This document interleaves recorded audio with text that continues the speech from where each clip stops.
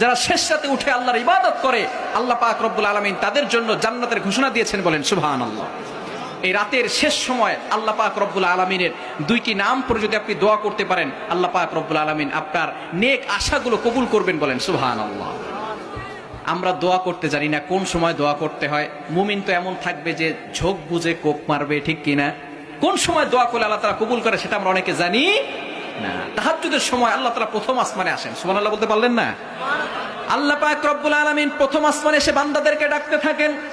পবিত্র কোরআনুল কারীমের ভিতরে আল্লাহ পাক রব্বুল আলামিন জানিয়ে দিয়েছেন, হাদিসের ভিতরে রয়েছে, বুখারী শরীফের 1145 নম্বর হাদিস, ইয়ানজিলু রাব্বুনাল্লাহু তাআলা, আল্লাহ পাক রব্বুল আলামিন প্রথম আসমানে এসে বান্দাদেরকে ডাকতে থাকে, ও আমার বান্দারা, কার কি লাগবে আমি আল্লাহর কাছে চাও।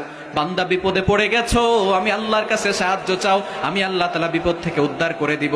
বান্দা তোমার কি লাগবে, গুনাহ করে ফেলেছো, আমি আল্লাহর কাছে বলো, আমি আল্লাহ তাআলা তোমার পিছনের সকল গুনাহ খাতাগুলো ক্ষমা করে দিব, বলেন সুবহানাল্লাহ। এই সময় আল্লাহ তাআলা প্রথম আসমানে এসে বান্দাদেরকে ডাকে। মুয়াজ্জিন 5 বার বান্দাদেরকে ডাকে, হাইয়া আলাস সালাহ, হাইয়া আলাল ফালাহ, কাম টু দা সাকসেস, সফলতার দিকে আসো, কল্যাণের দিকে আসো। একটা সময় আল্লাহ তাআলা নিজে বান্দাদেরকে ডাকতে থাকে, সেই সময়টা হচ্ছে তাহাজ্জুদের সময়, যখন পশু পাখিগুলো ঘুমিয়ে থাকে, সকল মানুষগুলো ঘুমিয়ে থাকে। এমন সময় যদি আপনি নামাজে দাঁড়ান, আল্লাহ পাক রব্বুল আলামিন শুধু আপনার উপরে খুশি হয় না, আপনার দিকে তাকিয়ে তাকিয়ে আল্লাহ তাআলা মুস্কি হাসি দিতে থাকে। অনেককে হাসাইছেন, এবার আল্লাহকে একটু হাসান। তাহাজ্জুদের নামাজ পড়েন, তাহলে আল্লাহ তাআলার অতি নিকটে চলে যেতে পারবেন। এই সময় আল্লাহ পাক রব্বুল আলামিনের দুটি নাম পড়বেন। আল্লাহ পাক রব্বুল আলামিনের 99টা গুণবাচক নাম আছে, তার ভিতরে দুটি নাম হচ্ছে সবচেয়ে দামি।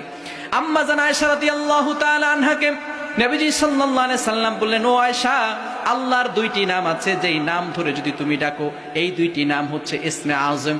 ইসমে আযম পরে যদি তুমি ডাকতে পারো, আল্লাহ পাক রব্বুল আলামিন তোমার সকল দোয়াগুলো কবুল করে নেবেন। নবীজি সাল্লাল্লাহু আলাইহি সাল্লাম আর ইসমে আযম আয়েশা রাদিয়াল্লাহু তাআলা আনহাকে শিখালেন না। পরবর্তী সময় তিনি যখন দোয়া করতে লাগলেন, তখন বলা শুরু করছেন, ইয়া হাইয়ু ইয়া কাইয়ুম, ইয়া হাইয়ু ইয়া কাইয়ুম, ইয়া হাইয়ু ইয়া কাইয়ুম। আল্লাহ পাক রব্বুল আলামিনের দুইটা নাম, একটা হচ্ছে হাইয়ু আর একটা হচ্ছে কাইয়ুম। তিনি হচ্ছেন চিরঞ্জীব, তিনি হচ্ছেন চিরস্থায়ী। দুইটা নামকে ইসমে আযমও বলা হয়। এই দুইটি নাম পরে নবীজি দোয়া করতেছেন। পরবর্তী সময় আম্মা জান আয়েশা বললেন, ইয়া রাসূলুল্লাহ, ইয়া হাবিবাল্লাহ, আপনি আমাকে ইসমে আযমও শিখালেন না, আর আপনিও তো দোয়ার ভিতরে ইসমে আযম বললেন না। আপনি দেখি যখনই দোয়া করেন তখন ইয়া হাইয়ু ইয়া কাইয়ুম পড়েন, ইয়া হাইয়ু ইয়া কাইয়ুম পড়েন। নবীজি বললেন, ও আয়েশা, তুমি তো ইসমে আযম শিখে গিয়েছো, আমি যে ইয়া হাইয়ু ইয়া কাইয়ুম পড়েছি এটাই হলো ইসমে আযম। এই দুইটি নাম পড়ে আল্লাহর কাছে দোয়া করলে আল্লাহ পাক রব্বুল আলামিন সকল